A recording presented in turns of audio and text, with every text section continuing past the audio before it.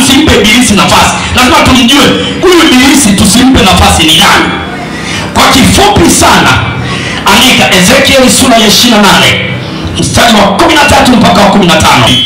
Kabla hajaitwa shetani, yeye alikuwa anaitwa kerubi aliyetiwa mafuta.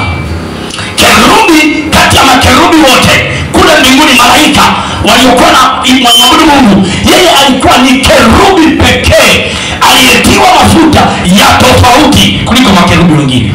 Alikuwa akiimba, akiinua mikono, mabawa yake ni vinanda vinalia kama keyboard.